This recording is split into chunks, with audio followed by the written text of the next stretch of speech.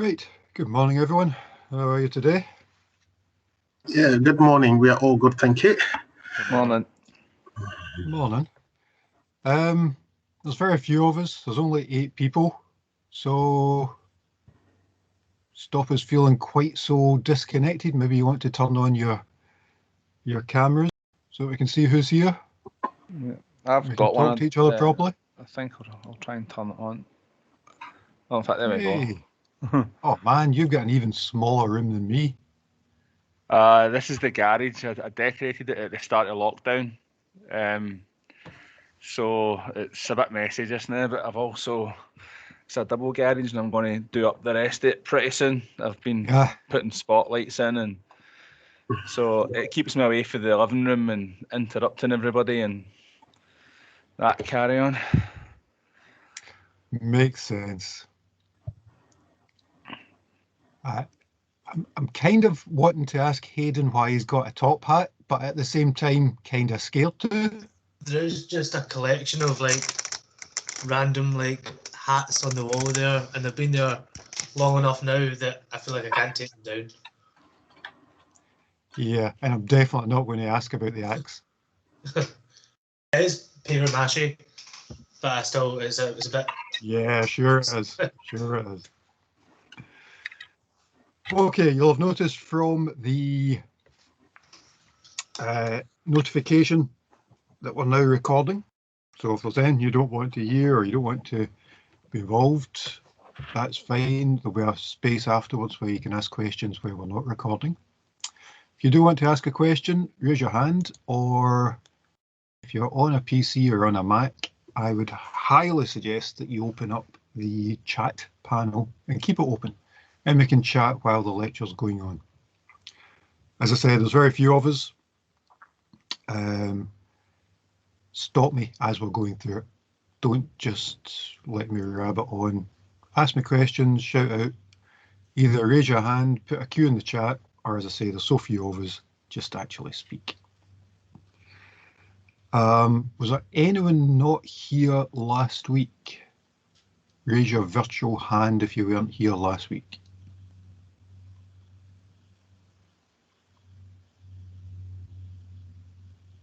Nope, all here, so I don't need to go over anything. You all remember it. If anyone's too shy to raise your hand, go on to Teams, and last week's lecture is recorded and you can watch it again.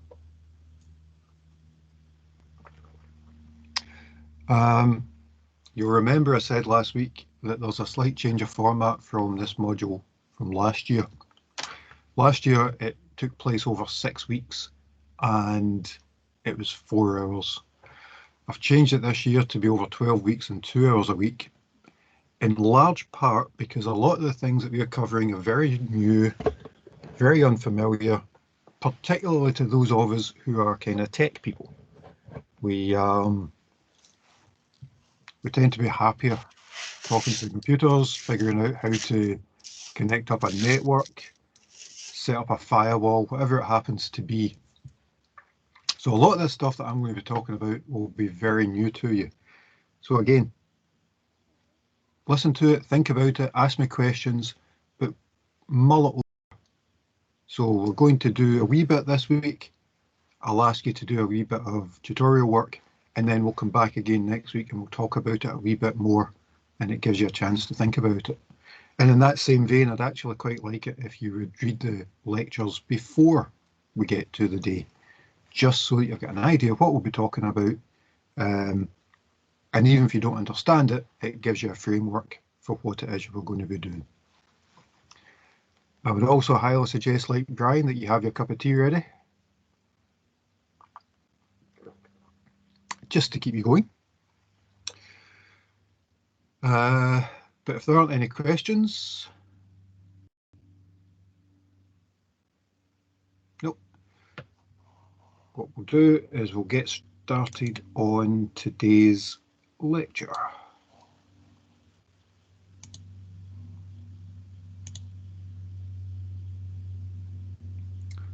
Okay, everyone seen it okay? Yeah? Yeah, we're good. Okay. So You know that the module's called Governance, Risk and Compliance Management. So not surprisingly, we're going to be talking about governance, risk and compliance with a wee bit of control thrown in as well. So the first thing we should really talk about is what governance actually is. And any of you that have ever had any kind of job or been in any kind of situation where there's a hierarchy, you'll know that there are multiple layers. You go into a shop and something goes wrong, you ask to speak to the person's manager. The manager of the shop has a divisional manager who has somebody above them and so on. That's management though. It's not governance. Governance is something different.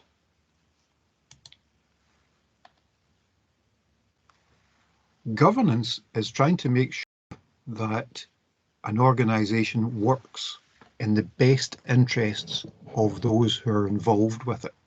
Now, those who are involved are different depending on the organization. A business's aims will be very different to a charity's aims.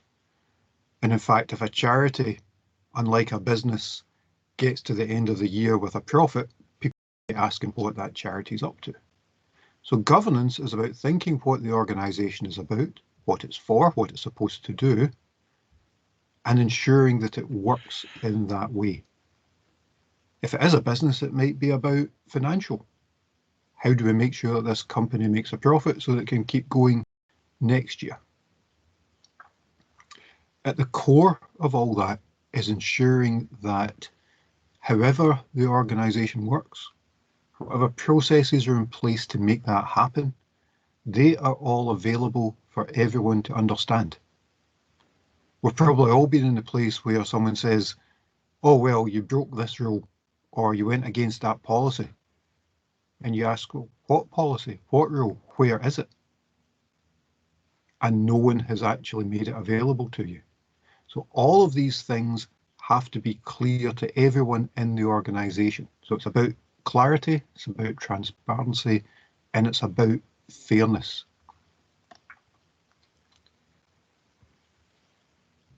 That has to happen all the way through the organization. If the people at the top of the organization don't buy into that, if they don't want that to happen, then you will get a bad organization because it will work its way down.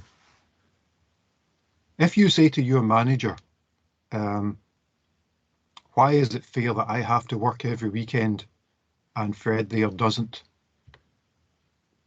A good manager will say, well, here's the policy, here's what you signed up to. You signed up to be a weekend worker, Fred didn't, and all the other things that they could say to make it clear why that's happening. A bad manager will say, get lost. I'm not interested. Do what you're told. And they work like that because that's the way they've been taught to work by the person above them, the person above them, and the people at the top who are responsible for corporate governance have decided that that's the way they want the organization to be. So let's think a wee bit more about the difference between governance and management.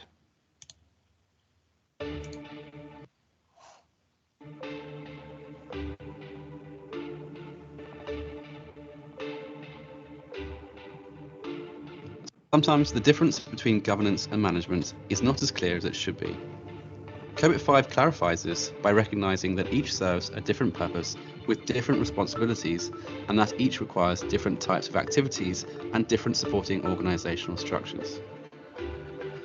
In short, COBIT 5 uses the mnemonics EDM for governance and PBRM for management. EDM stands for Evaluate, Direct and Monitor, whilst PBRM stands for Plan, Build, Run and Monitor. Governance, or EDM, is about ensuring that stakeholder needs are evaluated to identify and agree on objectives that must be achieved, directed through prioritization and decision making, and monitored for performance and compliance against objectives. Management, or PBRM, is about ensuring that all activities undertaken and monitored are in alignment with the direction set by the governance function.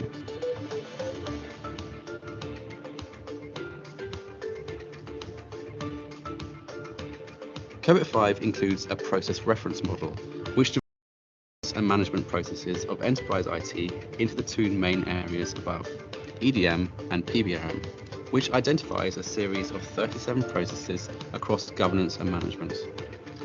COBIT 5 recognizes that organizations are different in size, structure, and complexity, which is why organizations can organize their processes as they see fit, provided, of course, that all necessary governance and management objectives are covered. As you get to know COBIT 5 more, it will become clear how to use the concept of the enabler. Remember Principle 4, to provide the interactions between the governance and management structures and processes to provide an efficient and effective governance system.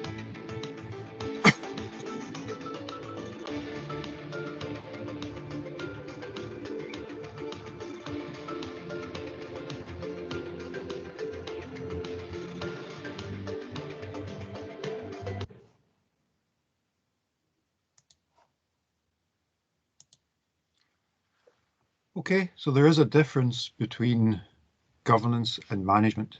You'll also have noticed in there a reference to COBIT.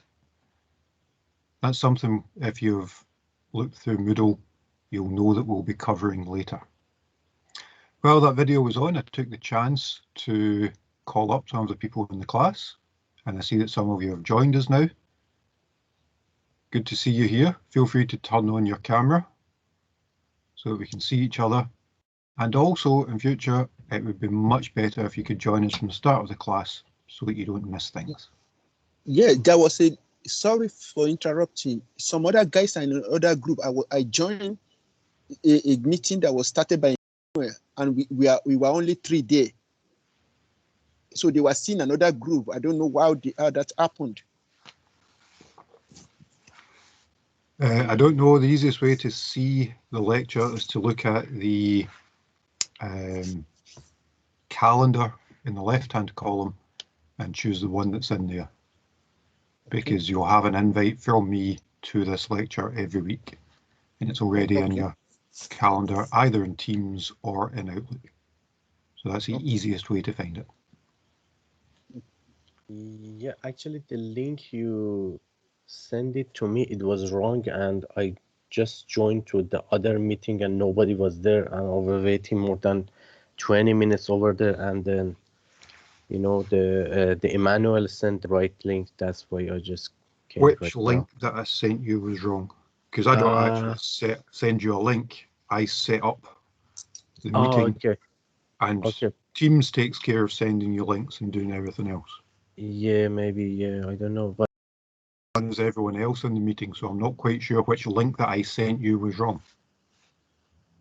Yeah, there is a just joined option on meeting and the course show, because I was trying to join the class, and I just keeping your email to I couldn't join the class since last week, so that's why. Don't know, but given that everything's going to be online and all your lectures like that, you'll need to spend a wee bit of time with the Teams interface and figuring out exactly how it works. Okay? Okay, thank you.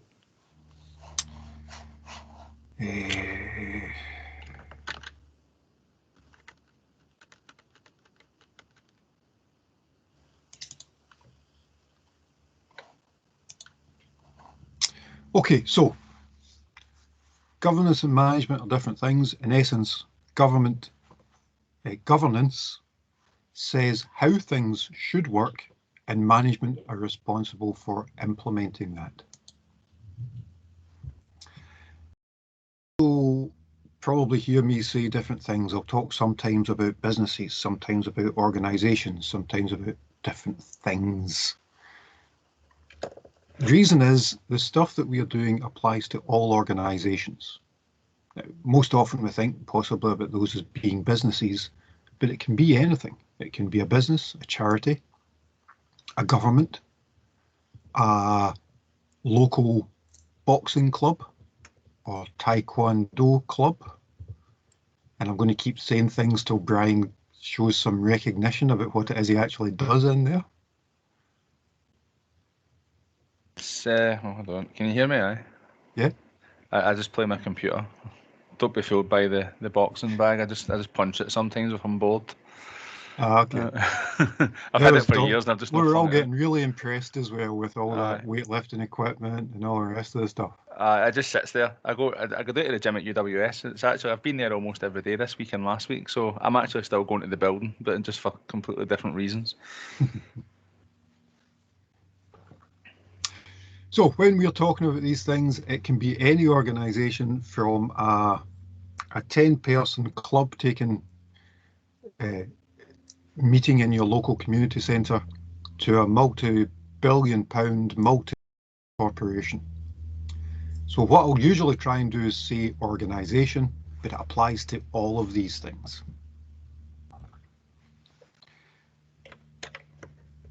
It also causes some further issues when I talk about some of the other options. So like I said, a business will definitely want to make money, a charity less so. It wants to spend the money that it gets in. But all the principles that we're talking about work in the same way, no matter what the organisation.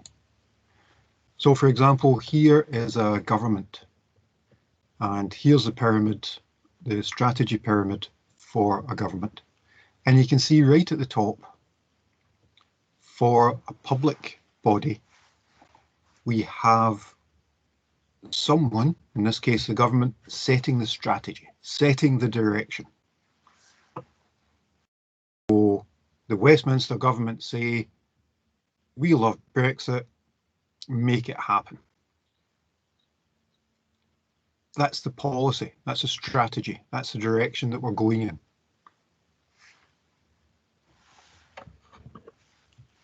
Down from there, a bunch of people who have to manage that, who have to figure out how trucks get in and out without paperwork, or to be precise, putting in place paperwork to allow the trucks to get in and out, and putting in car parks for the 10,000 trucks that can't get in and out because the paperwork isn't in place, and putting in portaloos for the drivers of the trucks that can't get in and out.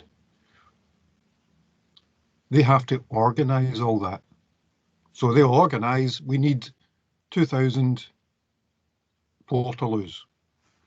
And down at the bottom, you get a whole bunch of people who are responsible for implementing that, phoning up the people that supply portaloos, getting them delivered, putting them on site, making sure that it all works.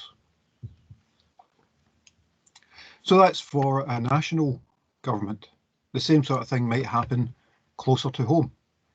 Everywhere that you live in Scotland has something called an IJB. It stands for an Integrated Joint Board. It's a bringing together of health services and social services.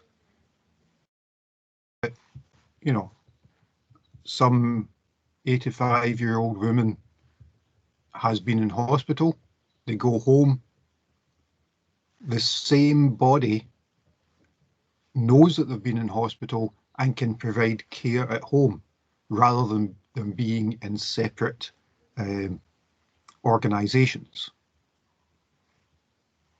So the Integrated Joint Board sets that strategy. So it might say something like, we want people to come out of hospital as quickly as possible because it's not good for them to be in there.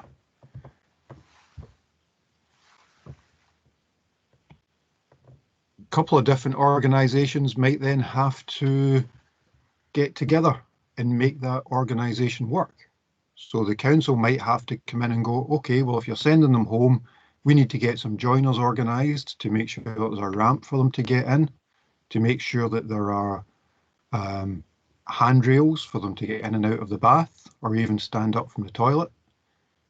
And the health boards might have to organise to get a nurse to come in and change dressings once a day, or to take temperatures, or whatever it is. And then, as ever, you've got the people that are implementing that. The joiners, the nurses, whoever it happens to be. And the same sort of thing will happen with a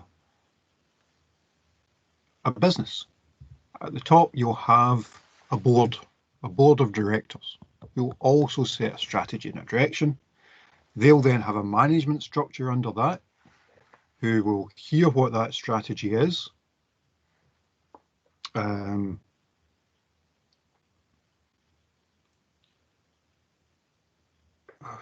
I can't even remember the name. Somebody who had a massive increase in profits. It was a fashion place. Was it ASOS or something? Had a 329% increase in profits.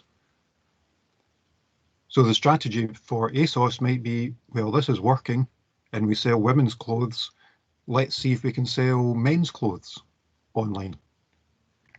The management will be responsible for organising that, sourcing male clothes, hiring new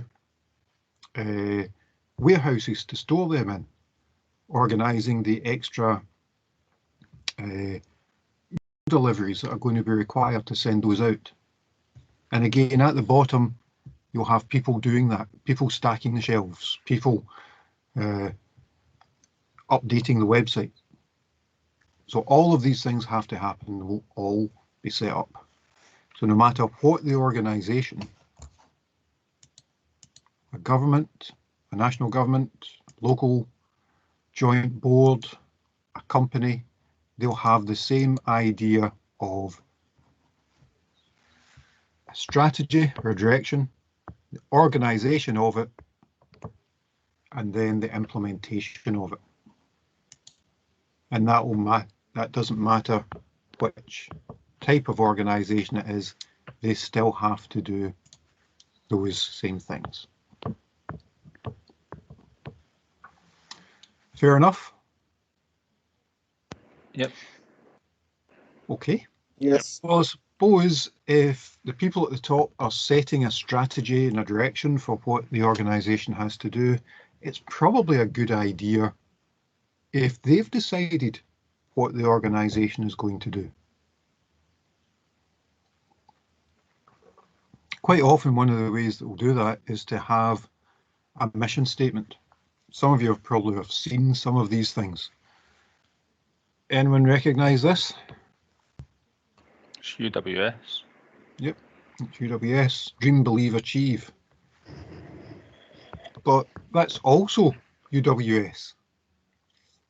Our purpose is to change lives, transform communities, and encourage enterprise through outstanding, distinctive, and progressive higher education. Our focus is on personalised learning experiences supported by internationally recognised research. UWS graduates will be right.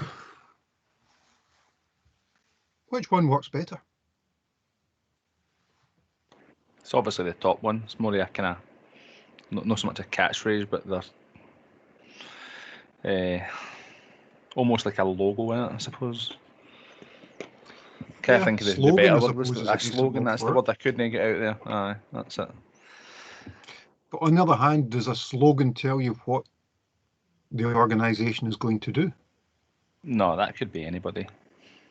Which is presumably why UWS have two different things here. They've got a slogan that they can put on a strapline on a website or a poster, but also a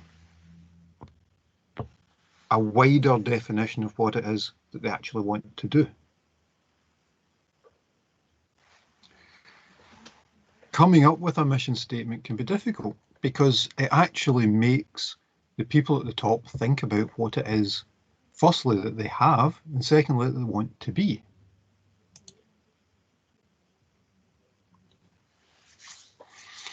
So you get things like this: to help make every brand more inspiring and the world more intelligent. Avery, that's Avery. And if you don't know Avery, they make labels, specifically sticky labels.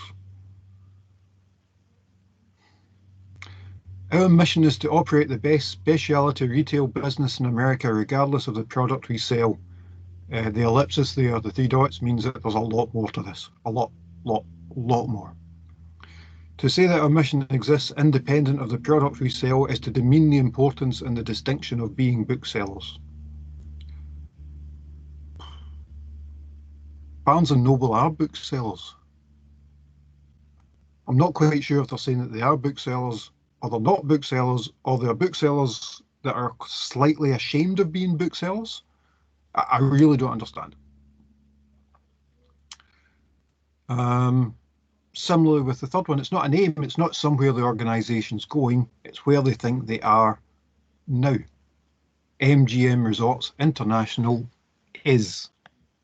Not will be, not transition towards, not aim to, but is. So that's not an aim, that's a statement of where they think they are just now. What they're really saying is, nah, we've done it, we're fine, guys, don't worry, we'll just keep going the way we are. There are some better ones. The Alzheimer's Association's mission statement is a world without Alzheimer's disease. Can't argue with that. That's what they're aiming for. Better health and well-being for all Australians now and for future generations. Clear. They want everybody to be better, and not just people now, people later. Really, really clear. Anybody recognise these mission statements? And do you want to take a guess at the first one?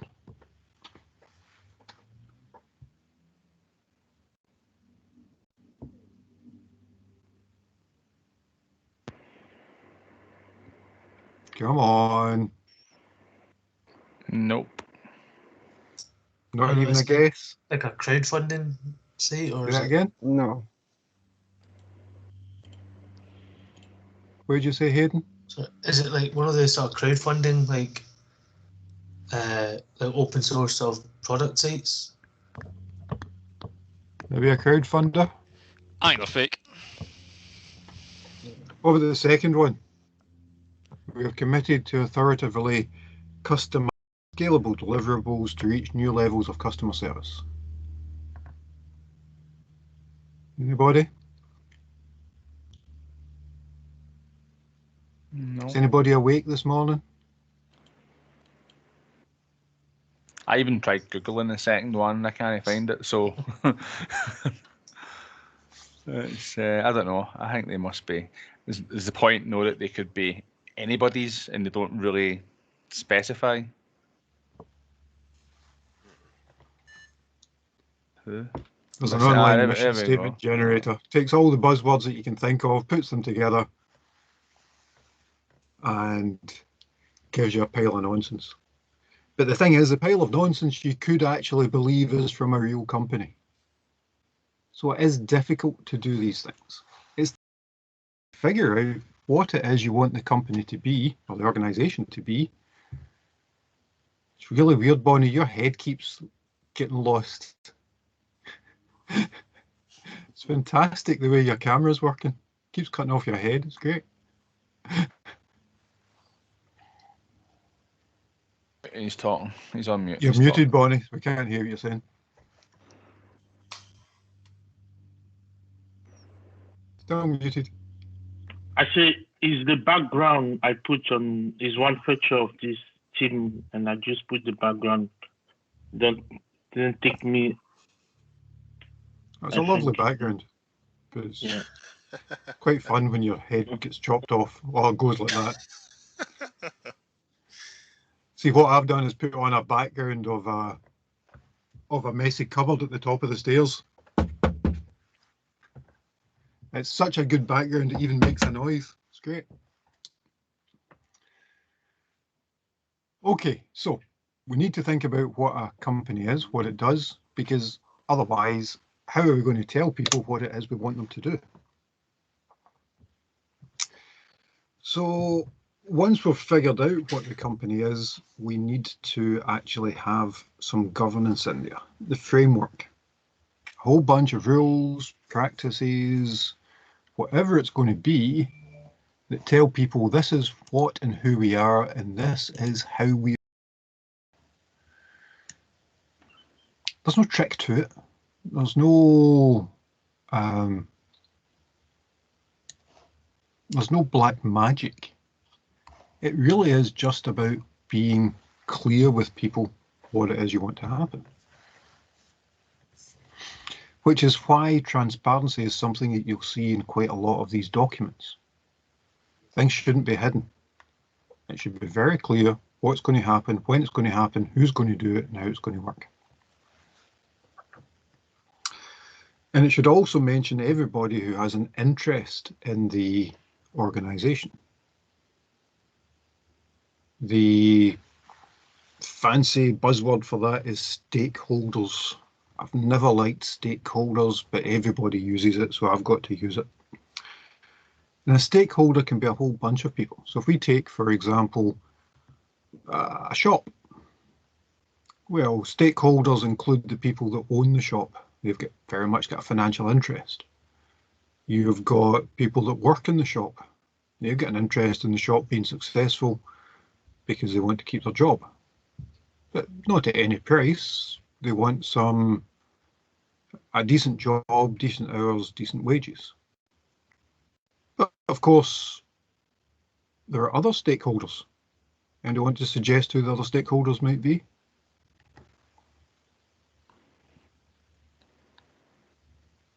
I take it probably the customers could be stakeholders somehow. And we want to take a shot at why the customers are stakeholders.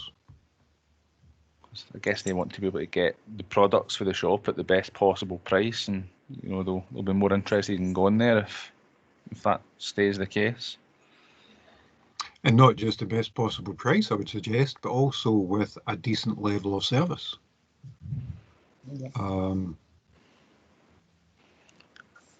I'll give you an example. I had an Apple TV.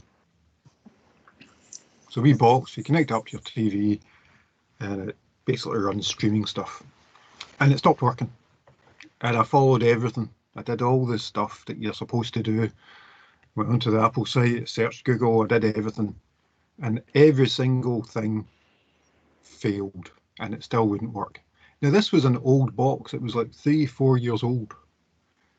And eventually, because I knew I was going to be in Braehead and there was an Apple store, I made an appointment because I was going to be there anyway. And it was either go to the Apple store and see if they could fix it, or watch my daughter try on yet more clothes in River Island. So, it was a fair bet. So I went in, and the guy behind the Genius Bar did everything exactly that I'd done. He did all the resets, all the changes, all the loading of firmware, and went, no, can't get that to work. Don't know what's happening. At which point I was ready for walking out and going, yep, well, thanks. It was just in case I'd missed something. And he said, hang on a second. And he went away, walked out the Genius Bar onto the shop floor, went over to the Apple TV stand, grabbed a box off the shelf, came back, opened it up, took out the Apple TV and handed it to me. And remember, this is 3 or 4 years old. It had been out of warranty for at least 2 years. And he just handed me this brand new Apple TV. And said something along the lines of, we want our customers to be happy.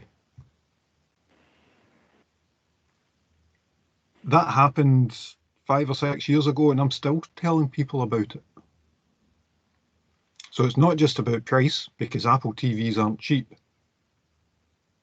It's about service. It's about trying to ensure that your customers feel part of what you're doing. So absolutely, customers are stakeholders. And sometimes things go wrong with the stakeholder. So if it's a person that works in the shop, asking why they have to work the weekend, there should be a policy in place to say, well, this is why you signed up as a weekend worker. If you don't want to do that, we can look at it, but at the moment, that's what your contract says. But if it's just that the manager happens to like one person over another and continually gives one person the 5 a.m. shift and the other person the decent shift, then there should be a policy there to address that and to say, no, this is unfair.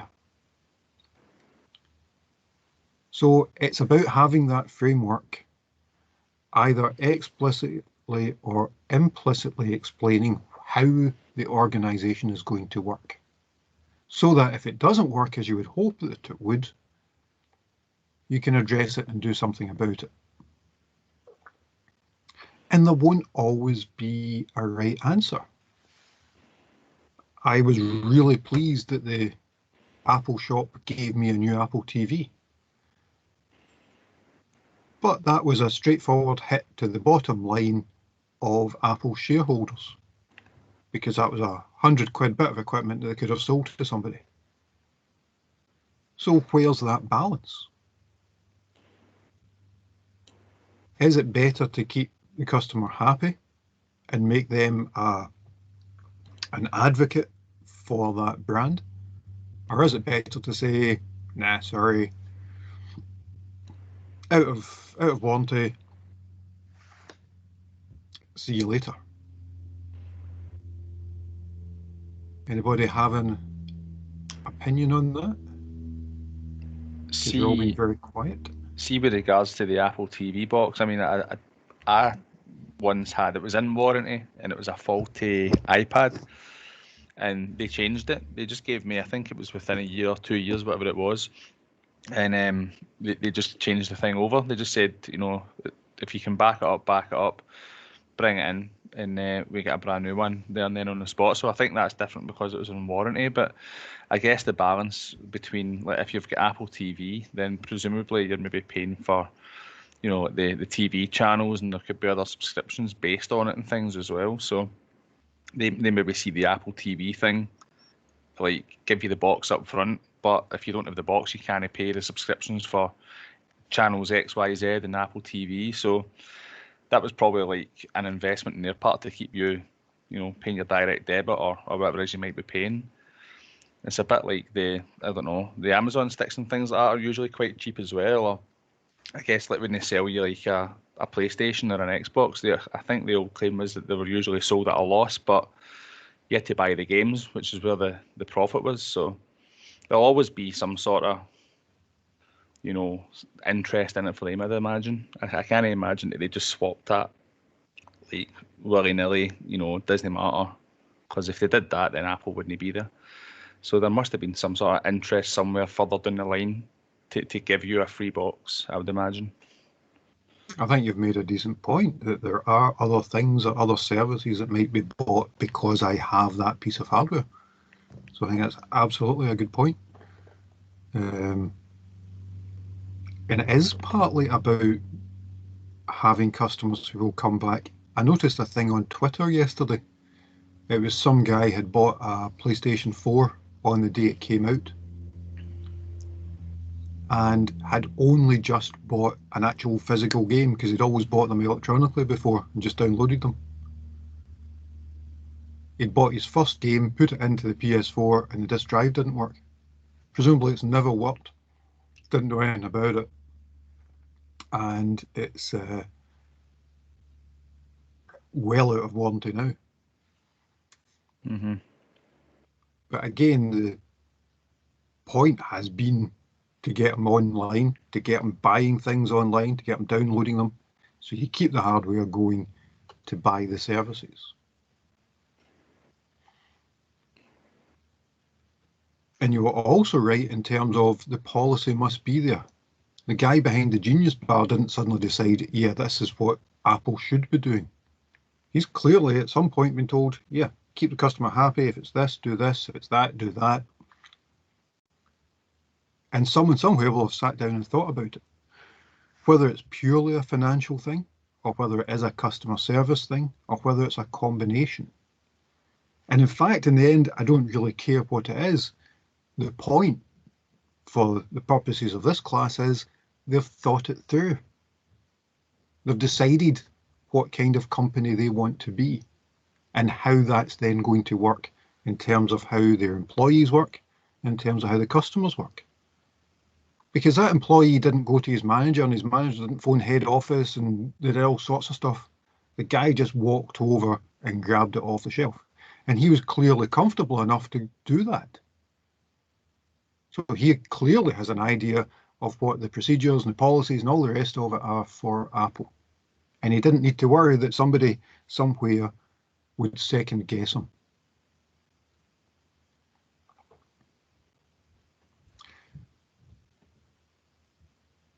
it shows that they have proper governance in place. And that has to come from the top. It has to come from the people who are running the company, the organisation, the government, the council, the IJB, whatever it happens to be. It has to come from the top for people who understand what it is they're talking about.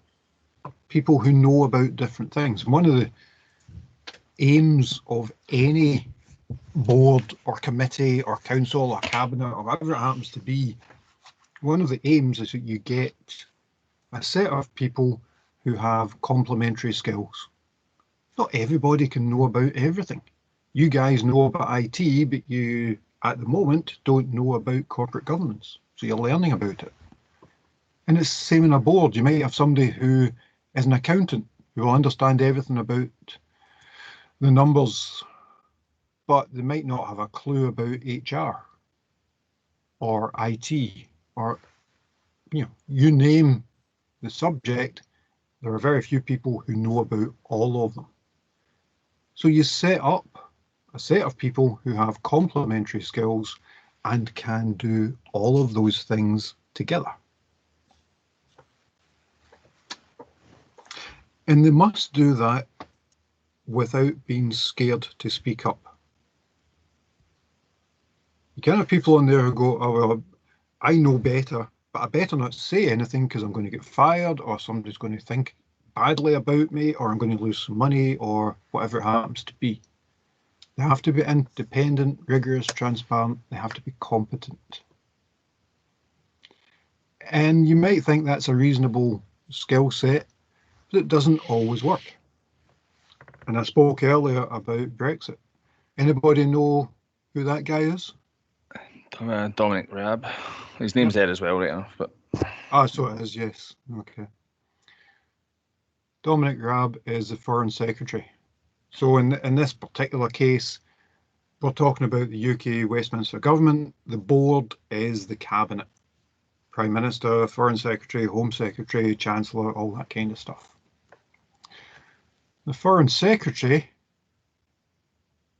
was responsible for international relations. That we want a bespoke arrangement on goods which recognises the peculiar, frankly, geographic economic entity that is the United Kingdom.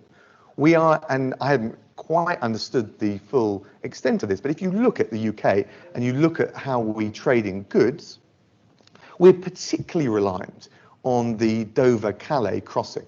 And that's one of the reasons why, and there's been a lot of controversy about this, but one of the reasons why we've wanted to have a specific and very proximate relationship with the EU to ensure frictionless trade at the border.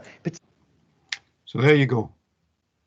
The person in the cabinet whose specific responsibility is international policy didn't realise that goods came into an island via boats across water. Well, so he was just talking as if he thought it all came through the Channel Tunnel?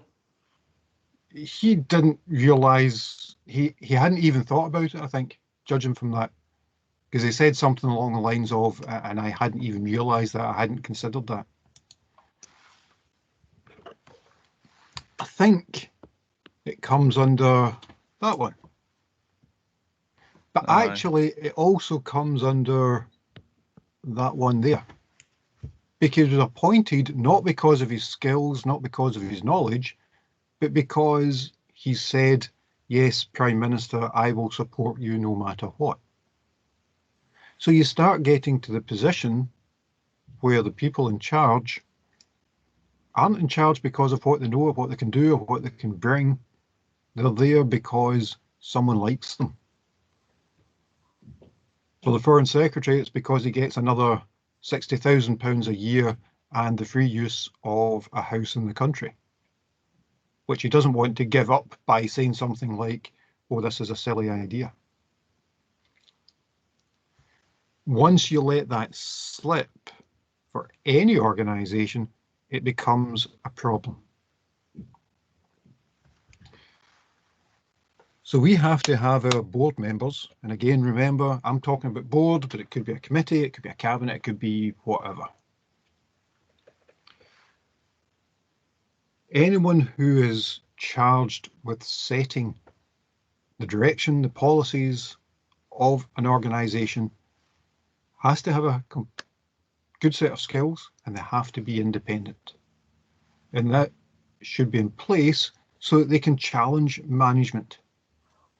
So the Foreign Secretary, when management came back and say, we have an issue here because we can't get all the boats across, shouldn't be saying, what boats?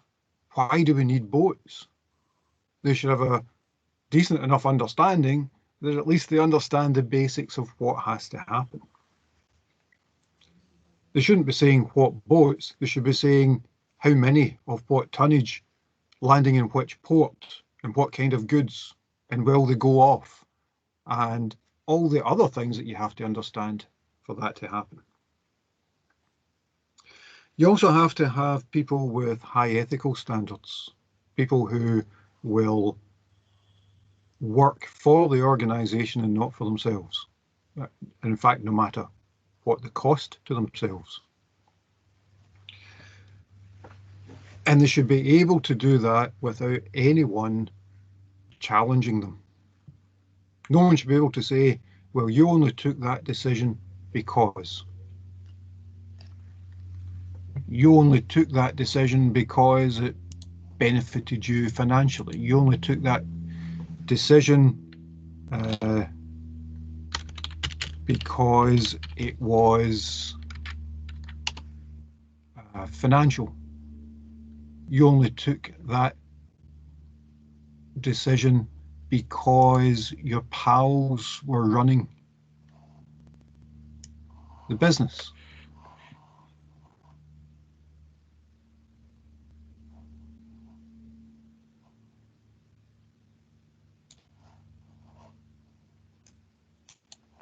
See, along those lines, I don't know if you're going to show us it, but my wife pointed a headline out to me last night, and it was, you know who Michelle Mone is?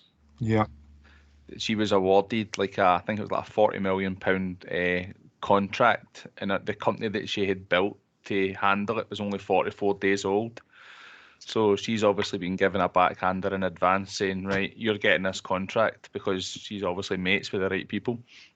I think that's Don't tell everyone else who Michelle Mone is.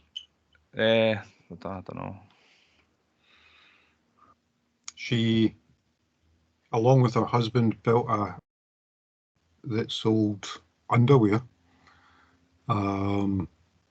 She then forced out her husband. The company went down because she wasn't smart enough to keep it going, and was then appointed to the House of Lords by the Tory government. So she is now Baroness Mone, and she and her new boyfriend, as Brian just pointed out, started a brand new company and were immediately awarded contracts by the Westminster government for personal protective equipment.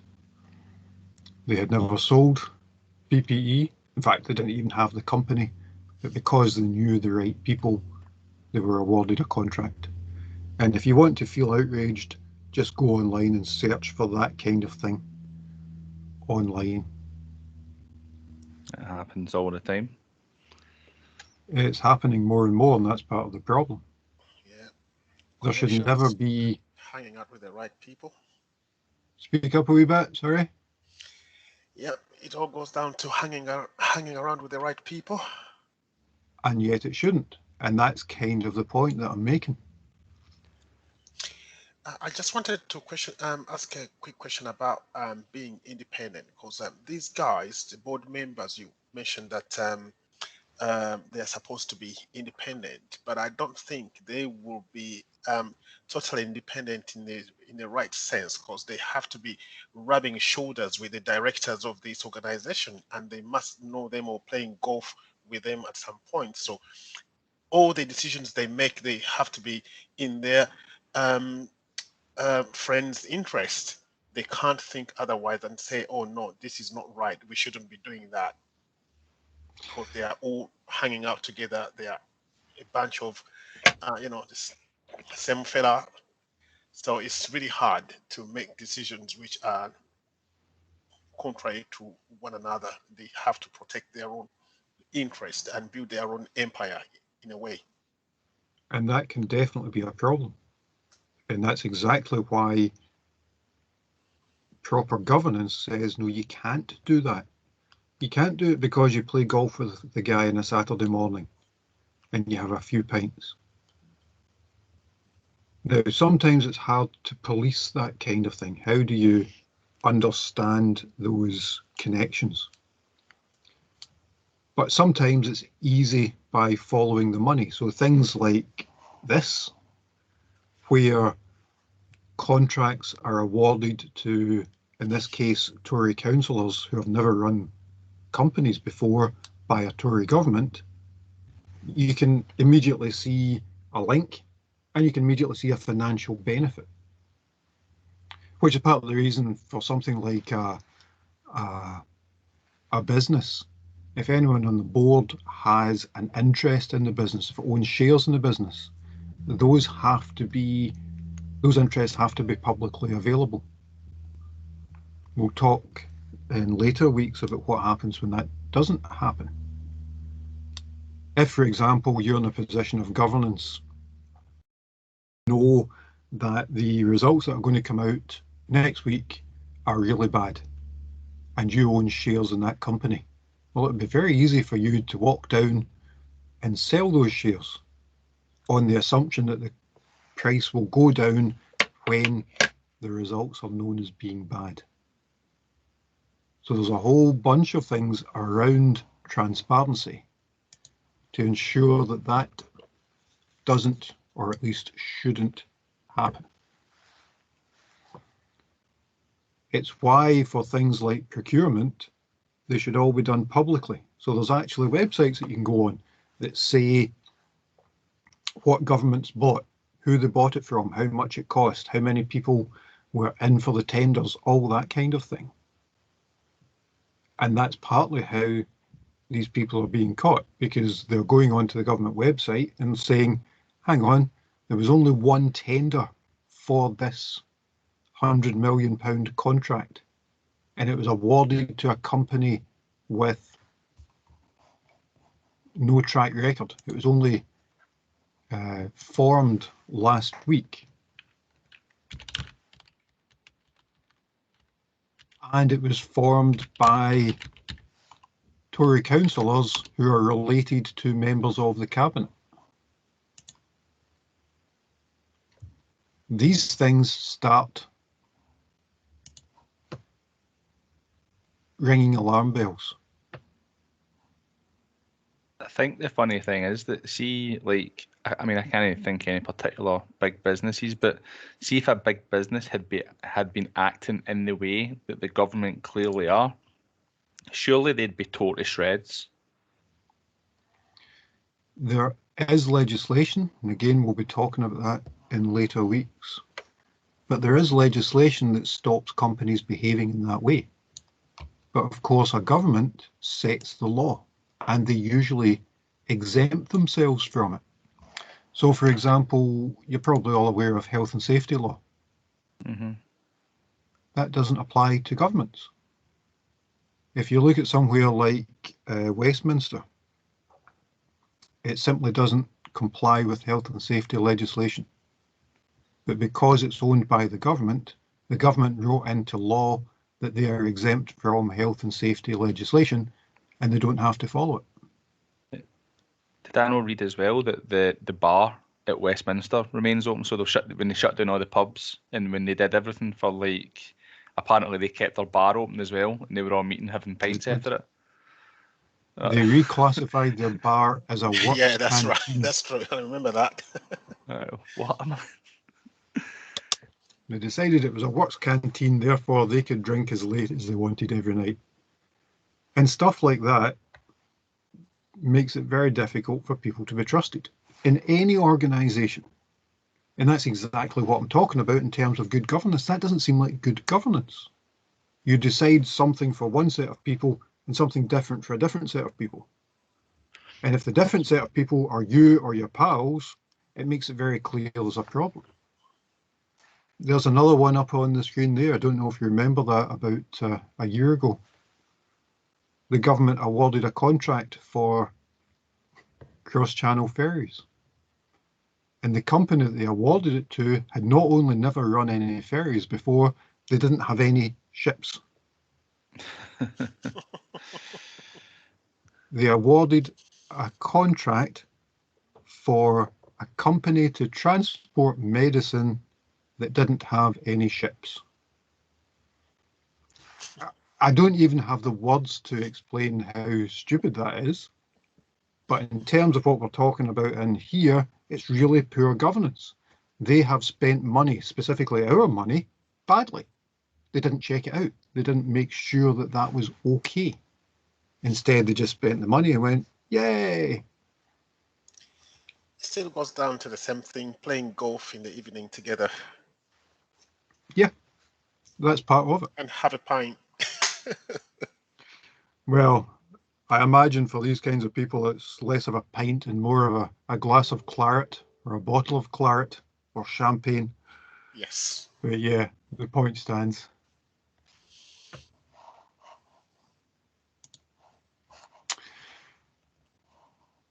Okay, so that's how boards should be set up, and I can give you an example of that with an advertisement here for people to join the board of directors. In this particular case, this is a real advert that was out last year, and it was for Highlands and Islands airports. And the first thing that you see is they want someone who can provide leadership, someone who can stand up and people will actually listen, because that's part of it too. But it includes prudent and effective controls. You have to make sure that the company is making money. You have to understand why it might not be making money. You have to understand what risks are involved and what could happen. You have to set values and standards. Ensure obligations, in this case to shareholders, communities and others, so all the stakeholders. Set strategic aims, but within a national framework. Look after the money, look after the people. All within the resources that you have, while providing good performance. So there's a lot of buzzwords that we've been talking about, all in those small paragraphs.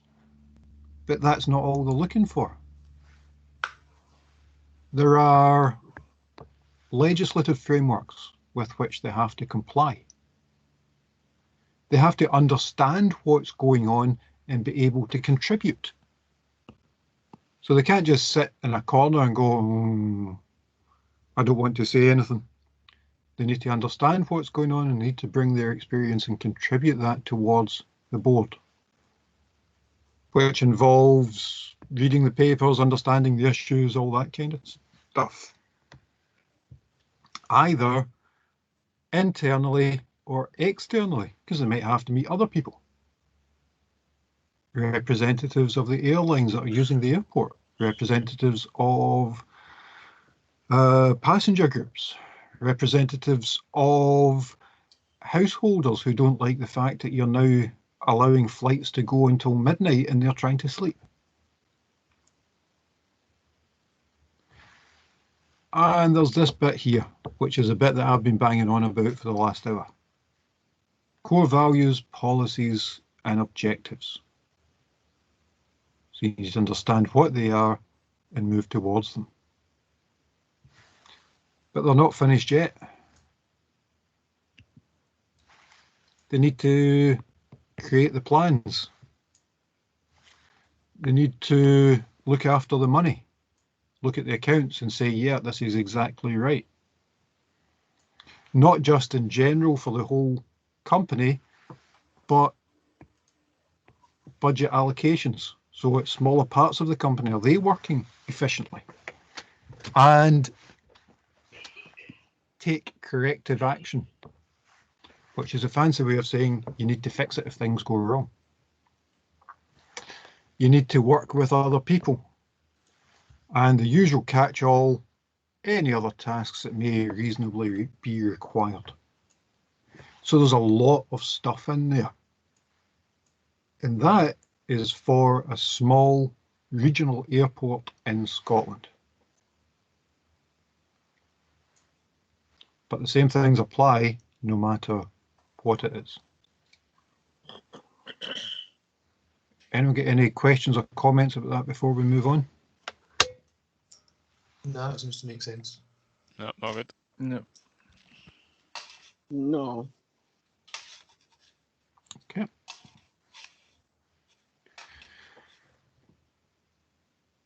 So I come back to this thing at the start about governance and management. One of the things that it's important to do is have a separation between deciding what the organization is going to do and then implementing that decision. Again, it goes back to the video in something called COBIT. Those of you that have read Moodle will know that we're going to talk about ITIL, we're going to talk about COBIT. Basically, they're frameworks for how organizations should work. And there's a specific principle called Principle 5 that says boards set the policy, they set the aims, but management then do it. Doesn't mean they're given free rein. You have to look at what's happening. You have to monitor. You have to look at budget allocations for specific parts, for example.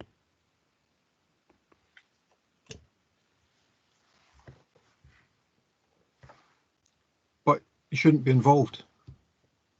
People on the board shouldn't be walking onto the shop floor and telling people, oh, well, you need to change how you're doing this function. That's why you hire managers.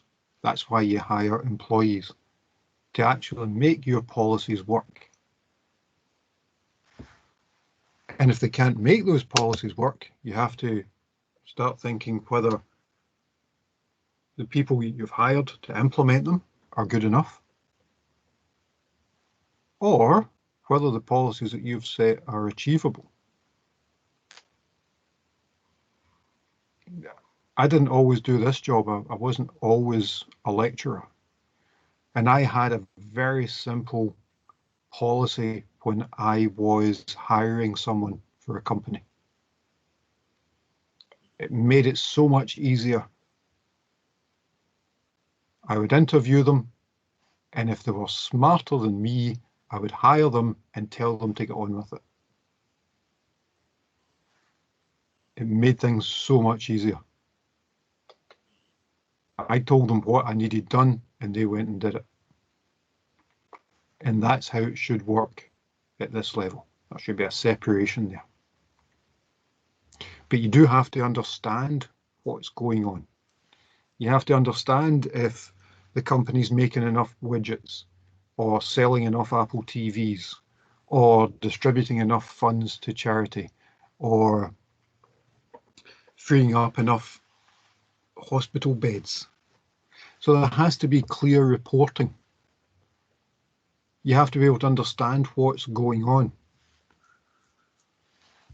Otherwise, you don't know whether the policies that you're setting are actually working for the benefit of the organization. Some people for GRC don't want governance, risk and compliance. And you remember that last year I said compliance is about legislation. It's about things that you have to do to follow the law. Control is the sort of thing that you have to do for your own company, your own organization. It's not the law that you have to reply to a customer within, say, 5 working days. But it might be something that you want to do for your organization to ensure that your customers like you as an organization and come back again and use your services. So there's a combination of things that you have to do to comply with the legislation and things that you want to do to be the best organization that you can. And that's a lot of work. It's a lot of stuff that has to happen. It's a lot of reports, it's a lot of displays, it's a lot of checking up on things. And as I said last week, that's kind of why it ends up in our laps, because we're the people that know about the databases or creating reports or how to interface a machine that creates widgets to an automatic reporting system that records them and can let people know if you're not making as many widgets today as you did yesterday. These things tend to end up in our laps, which is why you're taking this module. Because you need to understand the framework, you need to understand what an organization is, how it works, how it wants to work, to understand better how you're going to help do that as part of what you're doing as part of your duties. So the R in GRC is for risk. Now you may not be required to understand the risk of what happens if your widget machine breaks, but you probably are required to interface the widget machine to the corporate reporting facilities. And you will certainly be required to understand the risk of what happens if somebody hacks that corporate reporting facility or the widget machine. Understand what the risks are, how to mitigate those risks, and what to do if something happens. So it comes in at all areas of the stuff that you'll be doing. And it's a lot of work, a lot of hassle, a lot of time, but it's important. Because if you don't do this stuff, you'd start to get a reputation as an organization that simply doesn't work. Worse than that, you can get a reputation of a company that breaks the law. If you don't understand the compliance part, if you don't understand the legislation about producing accounts and supplying the accounts and making sure that they work properly, if you don't understand the legislation about health and safety and how to look after your employees and what you have to do to put the proper procedures in place for them, if you don't understand the legislation about GDPR, what that involves and what to do to ensure that you're complying with it. If you don't understand all these things, you're not just going to lose customers, you're going to be prosecuted. And part of the reason that's happening is because for a long time, it simply didn't. Companies were allowed to pretty much do what they wanted, and anytime they broke the rules, in essence, they got a slap on the wrist. And there are multiple examples of those.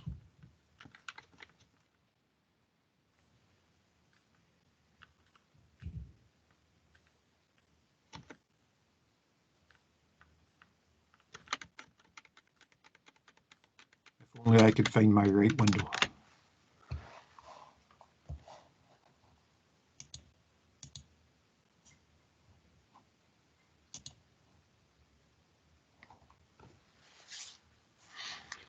And people got fed up, and they strengthened the legislation and they strengthened the fines. Here's the Royal Bank of Scotland. I don't know what LIBOR stands for.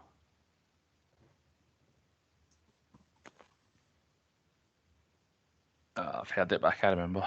Something to do with exchange. Exchange stuff, aye. Yeah, it's the rates that banks use between themselves. So say you're trading currency you'll decide you'll give a certain amount if you're the guy in the street, but you'll give a different amount if you're a bank. Those rates were set, and they were set the night before. And what they did was they all chatted to each other and said, we know what these are going to be. And if you know what tomorrow's rates are going to be, you can plan your strategy based on the information of what's going to happen and not simply have to react to it. So the Royal Bank of Scotland were fined £390 million for fixing that rate, for chatting between themselves and saying, we're going to do this. So that when our stuff comes in, we'll make more money than you will. Barclays was fined 290 million for the same thing. UBS, which is another bank, were fined 940 million pounds. Those kind of fines are levied to ensure that organisations know that if they break the law, they will be punished, and the punishment will hurt. And there's lots of these kinds of things. There are people who fake their accounts.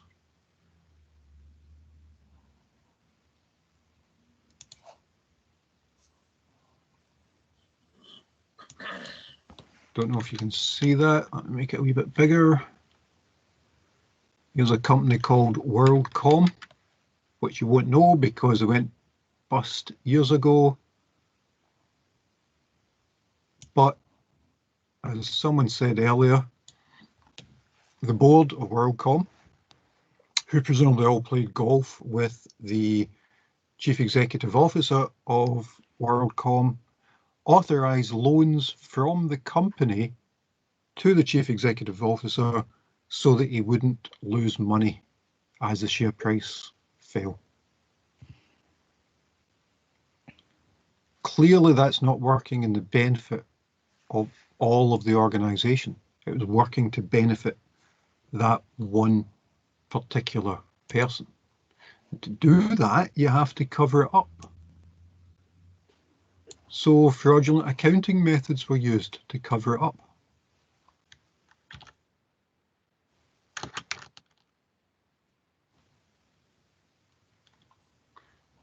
And the company had decreased earnings. The company made less money because these people who were running it were taking the money for themselves instead.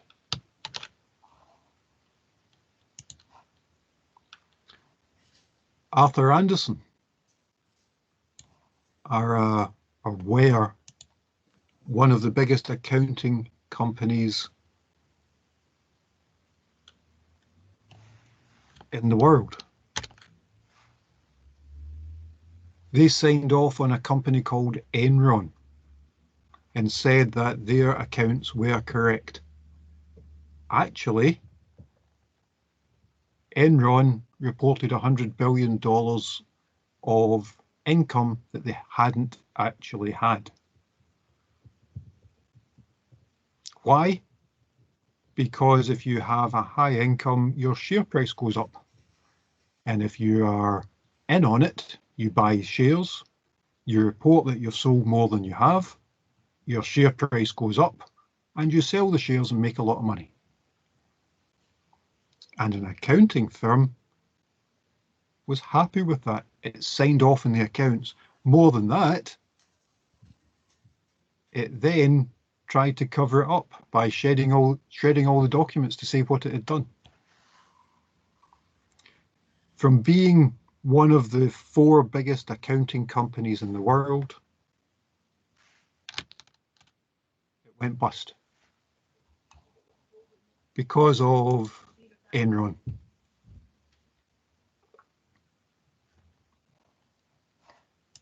These things matter. These things cost companies, they cost people's lives, they cost people's pensions. They are really important if the oversight doesn't happen the way it should. Which is why for a lot of these things, regulations have been introduced to ensure that they comply with the financial legislation.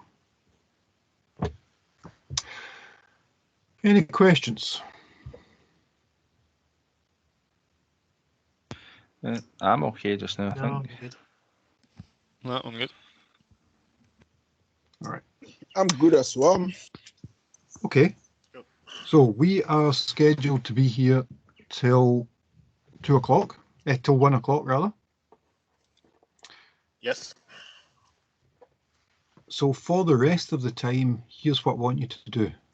It will take you longer than the half hour that we have left, but I want you to look at the governance structure for the university, figure out how it works.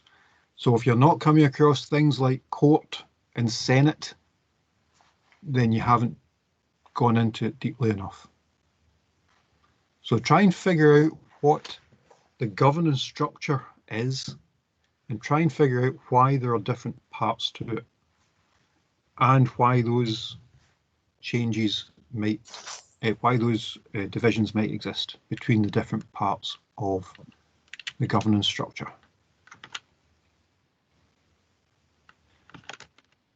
We just find that on the website then, yeah, or just kind of various places? Yeah, cool. It's all online. Most big organisations have these things online. Oh, right, so about an actual part of that's fine. So can I ask just a few questions just regarding the course? Yep. They're just kind of light questions, no anything. See the PDFs that are up there, and it's like the kind of council stuff that you put on. I've had a look at them. What is it we've to kind of take for them? Is it just the layout, or is it just some of the contents, or is it because I was just looking at them a wee bit and I wasn't sure what to kind of take for them because they're not how I imagine the coursework's going to look. So I take it as just a few small ideas that what they've put in. What they're there for is, and you'll see that they're in the governance part at the moment. If I could actually get this thing to refresh, I would bring it up for everybody. One of the issues that I have in teaching a course like this is that companies tend to hide things because they see it as proprietary. If their competitors knew what they were doing, they would do it. So they want to keep an advantage. So the best place that I can go to get documents that explain this is the public sector. So in this particular case, I'm taking them from a council. It happens to be the council where I live, which is why I'm using them, because I can relate them to stuff that's happening here. So it won't come in so much to your coursework. What it will do is it will come in next week's lecture. So having talked about it this week and having given you a week to think about it, what I'm going to do next week, now that it's finally come up, is I'm going to look at some of these things and see how an organisation, and in this specific case it's a council, how they have taken the ideas of good governance and tried to use those to explain to all their stakeholders, their council taxpayers, their relationships with government, all that kind of stuff, how they all fit together. So I'm actually going to go through a lot of these documents next week, once you've had some time to digest the ideas about governance and to think about it. So they won't fit into your coursework as such, other than taking the good ideas in terms of how corporate governance should be done and informing how you will then give your report to the company that you're working for. No, that's fine. I don't want to give too much away because I know I don't want to look as if I'm asking for answers, but see how, like, in terms of the coursework. So I have to look at the example as I'm a newly hired member and I'm basically picking out all the kind of holes that I can see in the case study. Did you say that there'll be other information dripped to us through time about the company? So, or is that everything? Is that everything we need to know there? The answer is yes and no, because there can be more information, but you will need to ask for it. Right. So as we're talking about stuff like this, you can start to then say, well, does this organization have this? Does it do that? Does it want to take this kind of line? And I will happily give you that information.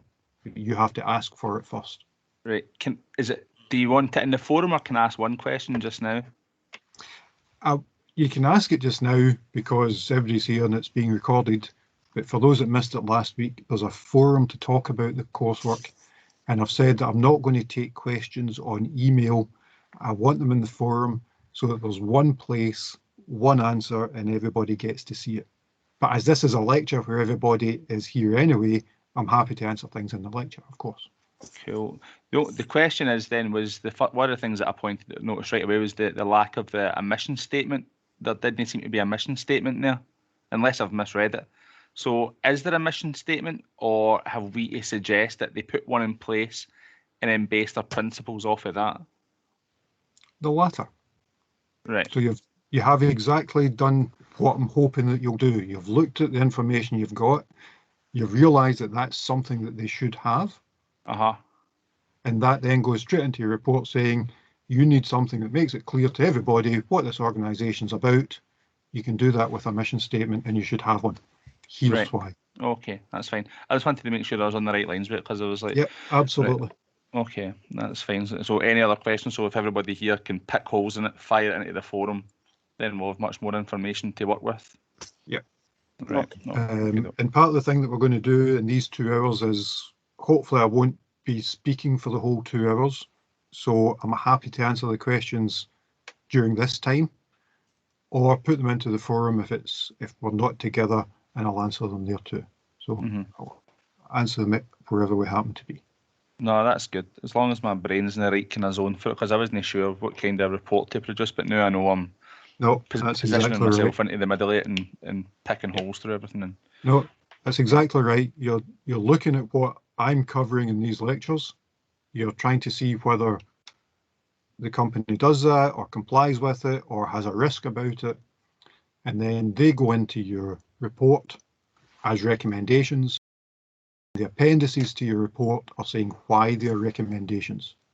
It would be industry practice to have a mission statement because it allows your stakeholders to understand what the organisation's for, what it's going to do, blah, blah, blah, blah, blah, blah.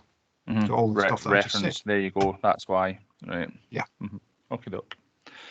That's fine. I think I've because at first I was looking at it all and I was like, there's millions and millions of information, which is great. But the first week I tried to sit down and start writing, and then I realised I was like, I don't know anything. I need to read more. Usually I just try and get kind of fired in as quickly as possible, but there was just too much scope. I was like, I can't do that now. I need to, sit and look. Yeah. And like I said, that's part of the reason we're now doing it over 12 weeks instead of 6, because it gives you time to think about it. It gives it time to work away in the back of your head, and so you can actually think about these things, because there is a lot of stuff. And you're working at master's level, so you're meant to understand it to a fairly good degree. I take it we're like expecting graphs and equations and some sort of that kind of level of detail in it then? Only if they're appropriate. Yeah, right, that's fine. And you can see, for example, so here's the marking scheme that's on Moodle. And you can see that in terms of the report, for you explaining what governance is, what it should be, and what they should do about it, there's 10%. So the stuff that we're talking about in this lecture, next lecture, is about 10% of your report. 10% for what risk management is and what it should do. 10% for actually making a risk register for that organisation. Okay, so make sure you keep an eye on the marking scheme, and that'll give you a better idea of where I'm expecting things to be and how much of them I'm expecting. But in essence, start of the report that says you should do this because of this and this because of this, you should have a mission statement because you don't have one. And then in the back, there should be appendices. In simple terms, appendices that follow all of these things here. So there's governance, which is part of your marking scheme. There's risk, and I've covered risk management and types of risk. So that's your why you do risk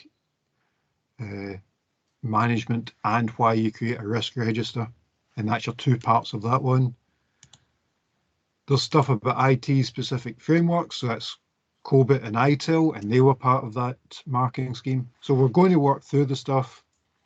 And it's also why I said last week that as we're going through it, start thinking about it in terms of the case study and how what we're learning applies to that. So you were quite right to start writing it down and start creating the report, because that can then all be put together at the end. If you do it as we're going, it makes it an awful lot easier than trying to do it at the end of 12 weeks. Because that's what I was thinking, because I remember you said that, and I was like, I was kind of half thinking what I should maybe do is spend a couple of weeks taking in as much as possible and then kind of re-look at it. But I think I'll be all right now. It's part of the reason we have these tutorials as well, why there's those questions on Moodle. So there's things like this that ask you to look at other organizations. So what we are looking at now, the research which is on the slide there. Can you speak up a wee bit? You're really quiet. I was just looking at the slide, the questions that you put up on the slides. Is that what we have to work with for now, or we just have to work with the research topic that you give us? I want you to look at this just now, because I want you to think about different types of organizations and different ways that they might go together. So in the same way as in the lecture, I spoke about government, I spoke about the IJB, I spoke about a company. Yeah. So I want you to think about different things, so that eventually it's going to be about your case study. In this particular one, for the tutorial for this week, it's going to be about education. The stuff that I'll do next week is going to be about a local authority. But the principles stay the same. In essence, it's me getting you to understand the principles without giving you the answer to your assessment. So you can take exactly what we're doing in other things, but apply it to a different place. Does that make sense? Yes, it does. So we have these things, we have the tutorials, we have the questions, remember?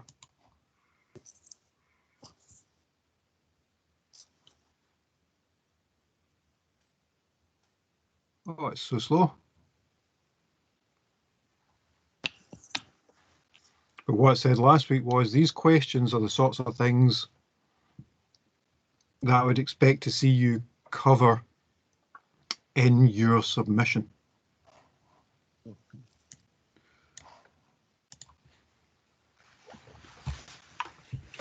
Can I just ask about the recommended text, please? Hello? Yep. You need to speak up a wee bit though. I can only just hear you. Okay. Yeah, I'm just going to ask about the recommended text. You've recommended about 4 textbooks. Is there any particular one that you want to recommend that if you wanted to buy one?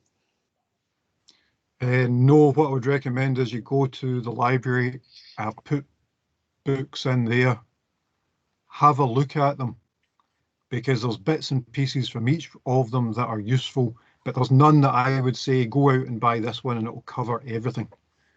That's why there are multiple ones, but I haven't said this is the prescribed text. You'll just get different bits from different things. So some of them are physical, you'd have to go to the library to get them. Some of them are available electronically, so you can read them online. If you find them useful, feel free to buy them, but they are very expensive. And that's another reason I'm not recommending them, because I don't think they're actually worth the money, because I haven't yet found a good textbook that covers all these things. Okay. Yeah, thank you. As I was saying earlier, these are the tutorial questions. These are the sorts of things I'm expecting to see end up in your report as part of the explanation. So here it's talking about the layers of an organization and the responsibilities at those layers. So that's like those pyramids that we saw in the lecture. So if you can give a decent answer to questions like this, you can take that text and you can reuse it as part of your final report. So all of these things hopefully will come together at the end and you can create one big report. But it's an awful lot easier for you to do it as we're going along than to start trying to create a 60, 70, 80 page report 2 weeks before it's due in. So another quick question. Can we use the case study in the course notes here, the APG, or we can use any organization or our own employers? I've said on Moodle that you can use your own employer if you want, but you have to give me a proposal and explain how you're going to cover everything that's in the marking scheme if you use your own employer. I'm just waiting for it to come up and I'll show it to you on Moodle. But it's in the assessment section. Just a sentence. The what? So on Moodle, in the assessment section,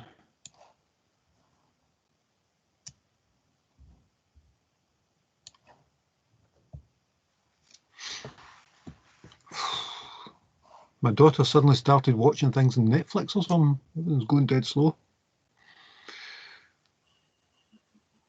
So it says on there,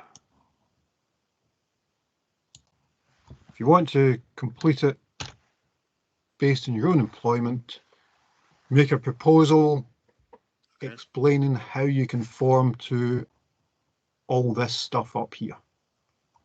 And you need to send that to me and I have to agree it in advance. So you can do it, but I need that proposal by next week if you want to do it not on the case study. Okay? And if not, then we can use the one on Moodle. That's the base case, that you use the case study on Moodle. Using your own employment is well, I'd actually rather do this because it means I get something useful from my employers. I have some people on the course who actually do this part-time and are employed. So what they can do is they can go to their employer and say, look, I can create this. It's part of my education and it also gives you something useful for the organization. So they prefer doing it that way. So if you want to do that based on your employer, I need a proposal and I need that by next week. Okay? Okay, right. Any other questions?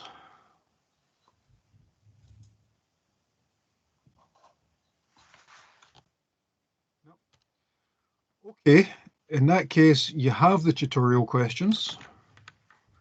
I will be here for chatting to or any other questions that you have until 1 o'clock. I'm not sure what time it is just now because my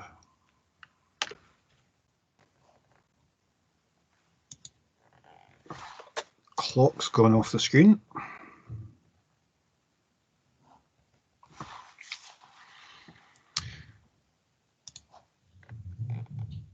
Come on. Right, so it's 1:45. I'll be here till 1 o'clock. I'm also going to take a quick comfort break.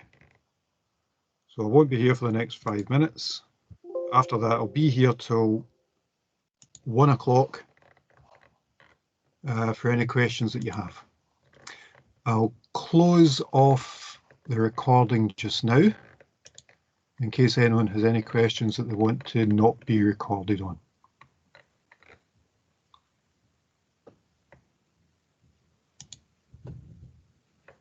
At least I would if my computer hadn't stopped working.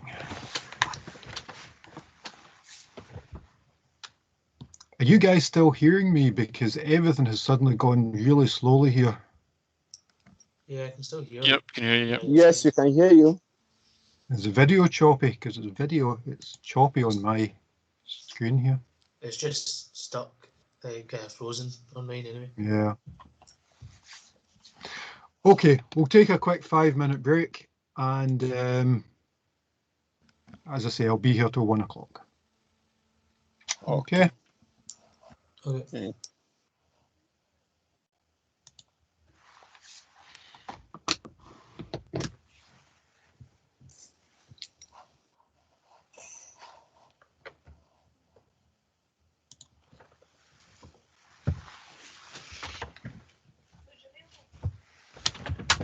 I'm just waiting to meet Jelly in person.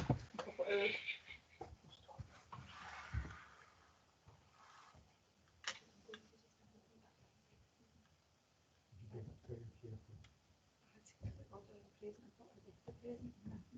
I wasn't getting in there. I was just protesting.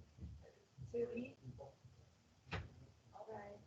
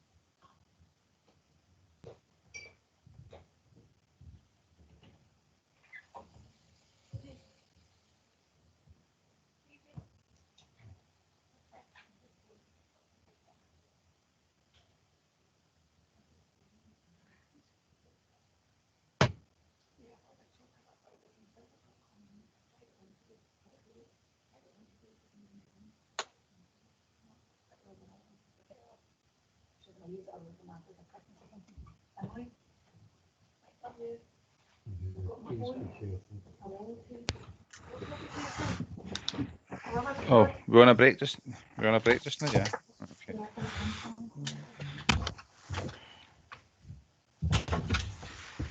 Yeah, just 2 minutes left in the break.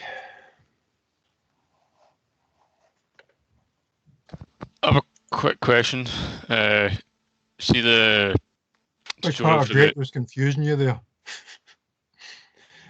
Yeah, just, what is it? just a quick question, just because get done with. See the tutorial for the UWS thing with structure. I get a document for when we did this in like March, February time. So can I just take that document, but add to it, because I do agree I missed like stuff in it. So. Sorry, you got a document from a Yeah. did you say? No. Because we did it in like the start of the year, because we did the same tutorial. Because I take that document and then make amendments to it and change it. Yeah, absolutely. Because I don't want to make a whole new one. Yeah. Cool. This one builds on it, so I'm expecting more depth, more understanding. But yes, of course, you can take what you had before and build on it. Cool. Thank you.